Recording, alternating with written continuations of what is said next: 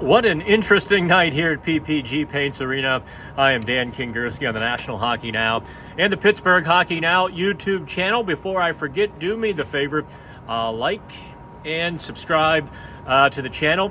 You can get the raw video from the locker room and head coach Mike Sullivan almost in real time, just minutes after they happen. You can see for yourself, not get the edited versions. You can see the entire little media scrums that we do, and you can hear the questions that I ask and critique as you will. So the Pittsburgh Penguins lose to the Montreal Canadiens for the third time this season, 6-4. This time they lost in regulation. They'd lost a couple of overtime games at the Bell Center earlier this year.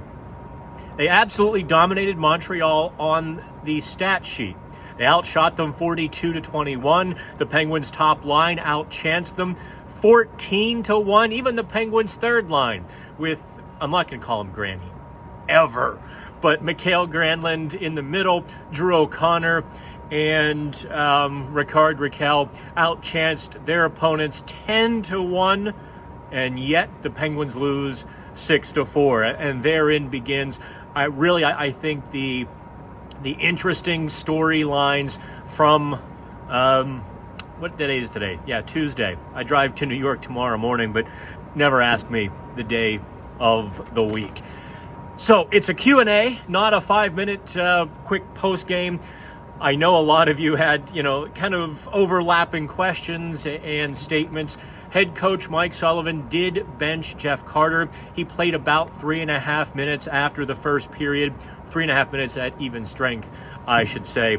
The last straw was losing the defensive zone face-off so cleanly towards the end of the first period that led to Montreal's fourth goal. Carter played, I think, a $1.42 at even strength in the second period and about 1:32 in the third period. So that's what, like 3:10, 3:12, 3:14. I'll let you do the math. So we'll get right to the Q&A here. I got some thoughts, and if you read the PHN Plus report card, and please check out, we do a lot of work for our subscribers. I really kind of got into the nitty-gritty of the Montreal goals. They really did rest on, I'll say, 3 players. We're going to set aside Tristan Jarry for the moment. The other 3 players would be Jeff Petrie, Brian Dumoulin, and Jeff Carter. Petrie and Dumoulin were they weren't necessarily on the same page. They were in a different book entirely. One mistake beget another, and Carter had some huge mistakes as well, including on the first goal when Mike Hoffman read the play, transitioned quickly. Jeff Carter, who was 10 feet from Mike Hoffman, did not read the play. He kind of looped. Hoffman goes the other way. Hoffman is wide open in front of the net, and Carter is 50 or 75 feet behind. And the other goal down below the goal line. We'll get into all of that as we get to the Q&A. My colleague up in Montreal, Mark Dumont, says, "What the hell was that?" Mark, welcome to Pittsburgh Penguins hockey. Just when you think you've got all the answers, they change the questions. This team is just wildly inconsistent and volatile and all of those things. You would lose your house if you tried to bet on this team night in and night out.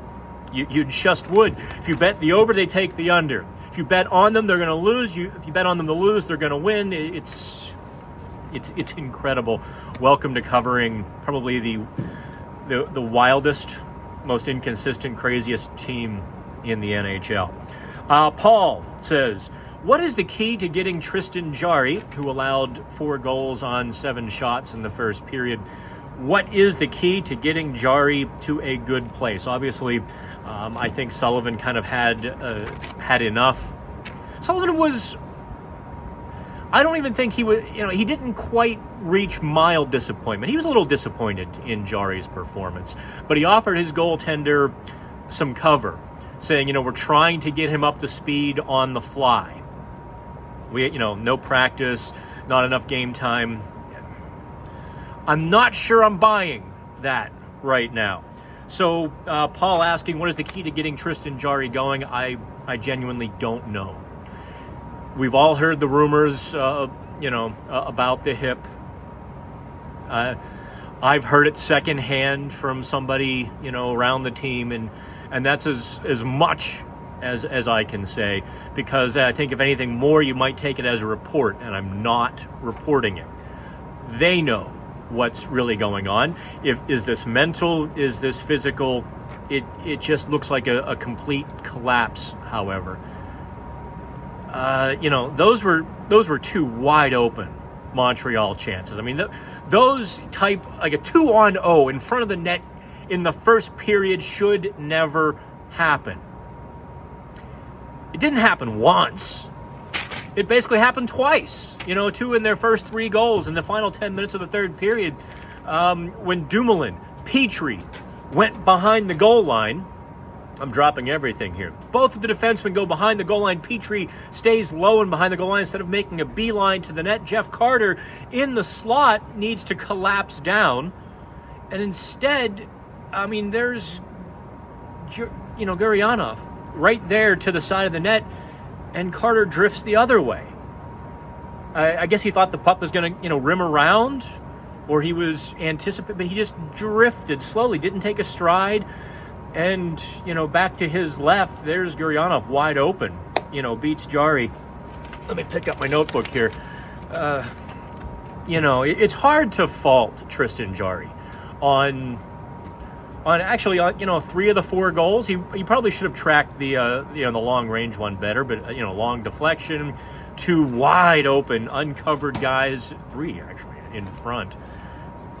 But still, no, you're right.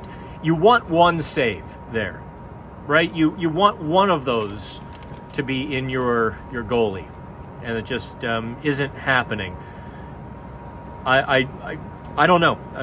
I'm going to defer to the team really on how to get him going. If it is health, if it's mental, they need to sit down and have some serious conversations, I think, with Andy Chiodo, the goalie coach, Mike Sullivan, and all involved, and say, what the hell do we have to do here? Because the Penguins really can't go, very far or at all without, a properly performing number 1 goalie. Joe Custer says, why do they continue to put Jarry out there? Well, you're trying to get Jarry through whatever this is. Because like I just said, you're not going to go very far without a Tristan Jarry on top of his game. So that's why they're putting them out there. They're trying to get over this hump, whether it's physical, mental. They're trying to get over that. And that's to this point, it's not hurting their playoff chances. They're still comfortably in a wild card spot because of how well last weekend went for them. Nicholas Cipriano, how do the Penguins bench Jeff Carter? Not if, but how. All right, Nicholas, I will indulge this because, look, I gave Jeff Carter some credit, some praise over the last couple of weeks, but beginning over the weekend, his play hasn't just, kind of fallen off. It's dropped off a cliff. I mean, free fall out into nothing, no parachute, going to leave this world behind, kind of falling. How do they bench him? They can't. I mean, look, I wrote this on Monday, Pittsburgh Hockey Now. This is a little bit of a failure of GM Ron Hextall. He swapped out Teddy Bluger for Nick Bonino. He brought in Mikhail Granlund, which I suppose adds some center depth. But, they kind of just kept the same amount of depth. They didn't add any in Wilkes-Barre. They didn't add any bubble players, no depth centers. There's nothing, they didn't plan for injuries. They didn't have any contingencies. They really, listen, I'm going to go a little in the weeds here. If you look down in Wilkes-Barre, there's no centers. So your wings down there, your Puustinen, your Hollander, Legare, they're not playing with appropriate or good enough centers. I think it's just a cascading thing in the organization. And to not address that, of all of the consternation over the NHL trade deadline and Hextall, that might be the one that no one's talked about, but a very big one. You really have to, if you felt the need to bench Jeff Carter, and they really are getting pretty close. I mean, Sullivan benched him tonight. You have to put Drew O'Connor at fourth line center. And given Sullivan's very steadfast directness when I asked about that last, I guess 2 weeks ago now, down in Florida, nope, we like him on the wing. But that's, otherwise you're dropping Ricard Raquel to center. And that doesn't seem like a wise choice. I really don't know what they would do. Call up John Gruden. That doesn't seem like a great idea either. There really aren't many options. Sorry, Nicholas. I'm just being honest with you here. I'm not saying you're wrong. I'm just saying, it's like being hungry and going to the refrigerator and seeing a moldy piece of bread. And that's it, An empty carton of milk and a piece of bread. That's where the Penguins are, kind of with their fourth line center, at least while Nick Bonino is healing from the lacerated kidney. Jim 17, when will Dumoulin be benched? I also been praising Dumoulin since mid-late December as resurrecting his game.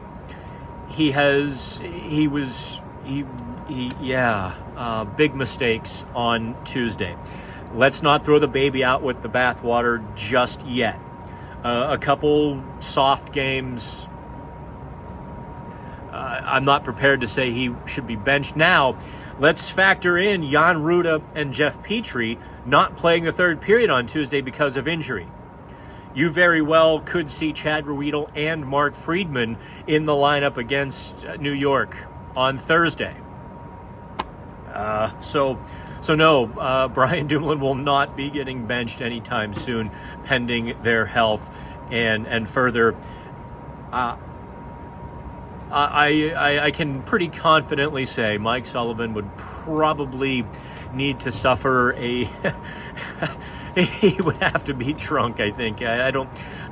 He's just not taking Brian Dumoulin out of the lineup for Mark Friedman or Chad Ruedel. Not happening. We can probably turn the page on that. But I'm not going to say Dumoulin played well. Those were ghastly mistakes that he and Jeff Petrie made on Tuesday. And multiple, by the way. Jack Bartanis says, do you start Jarry in New York? Great question, Jack. I have no idea. And that's because I don't feel like I know all of the information. I see the same things you see. Maybe I hear a little more. Otherwise I wouldn't be very good at my job, right? It really comes down to what confidence the Penguins have in Jarry. Now, they've canceled practice for Wednesday. They were going to practice at Cranberry. They've canceled that. I'm going to put a small wager that Tristan Jarry still hits the ice with Andy Chiodo at some point on Wednesday before the team leaves for New York. Maybe that's the determiner. Or as George Bush would say, that's the decider. It's a problem. Assuming they think he's healthy enough to play, which, look, if they ran him out there, the last couple of games, they're trying to work him through it, and they feel that's important to do. So, you know what, Jack, I've talked myself out of it. I start Casey DeSmith Thursday. And I worked Tristan Jarry in practice for a couple of days. The Penguins are set to practice on Friday, kind of out, not quite at Madison Square Garden. I have to hop the subway a couple of stops. So, you know what? I talked myself into it. DeSmith on Thursday, worked Jarry for a few days. he starts on Saturday. That's my final answer. Let's see here. Fleury for Vezina. Wait, what the heck did I write? Oh, is the Pens starting goalie for 2023-24 on this roster? Interesting question, Fleury for Vezina. I'm just going to wager a little bit that you have a preference on who the Penguins might sign this summer, huh? I don't think so. I don't think their opening night starter is on the roster right now. I don't know what they'll do. I don't know how they'll do it. It certainly would be easiest to re-sign Tristan Jarry. I think Jarry's price is probably falling through the floor as we speak. If you were buying and selling stock, you'd be sell as fast as you can. I mean, this is almost Enron territory here. So, from that standpoint, ease and, Hextall might feel like he has no options. I'm sure he made a few phone calls. I'm sure he knows what's going to be out there. But do you really want to, look, Marc-Andre Fleury, let's just use him as an example, since I'm sure you would like the Penguins to re-sign him. What's he going to be, 38? He's not had a stellar year this year. He's been really hot lately. The 46 save robbery of the Winnipeg Jets last week, and then he followed that up with another 36 save robbery for Minnesota. But otherwise, Fleury has been very inconsistent. A lot of down, a lot of ebbs to the flows, or a lot of flows to the ebbs. Pick your, a lot of lows this season for Fleury. 38-year-old goalies who rely on athleticism, maybe not what you want to play 55 games next season. So, maybe in an absolute pinch, but, you don't want, Jack Campbell out of Edmonton, or, I'm sure LA would love to give up Cal Peterson, who they signed to a $10 million contract and then had to put in the minors immediately. Or actually a 5-year annual contract, rather, sorry. There aren't many good options that are going to be on the market. And if you start talking trade, well, there's a lot of teams that are going to be lining up for goalies under contract to other teams. I'll tell you one guy I'd take a look at was the guy the Penguins faced here Tuesday night, and I'm going to butcher his name because I always do, Sam Montembeault. He's quietly putting up a pretty good season. He's quietly rounding in just maybe to starting goalie. The other guy I've been watching is Connor Ingram in Arizona. Had some personal issues as a prospect in Nashville, didn't ascend to the number one job like they had hoped, and finally a couple of years later reclaiming that form, or at least some of that promise with Arizona.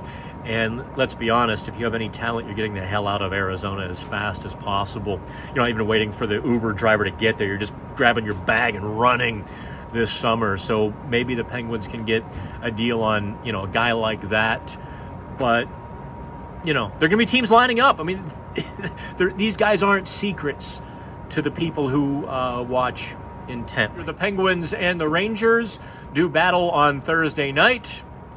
And the Penguins essentially have to win in regulation on Thursday to have a shot at third place. Otherwise, we're back to looking at the battle with the Rangers, the Capitals, and the Panthers to see who gets the wild card. It's going to be a big game. It's wild how these games, one game, they're on top of the world. 48 hours later, you're like, what's going on? From PPG Paints Arena, I'm Dan Kingerski.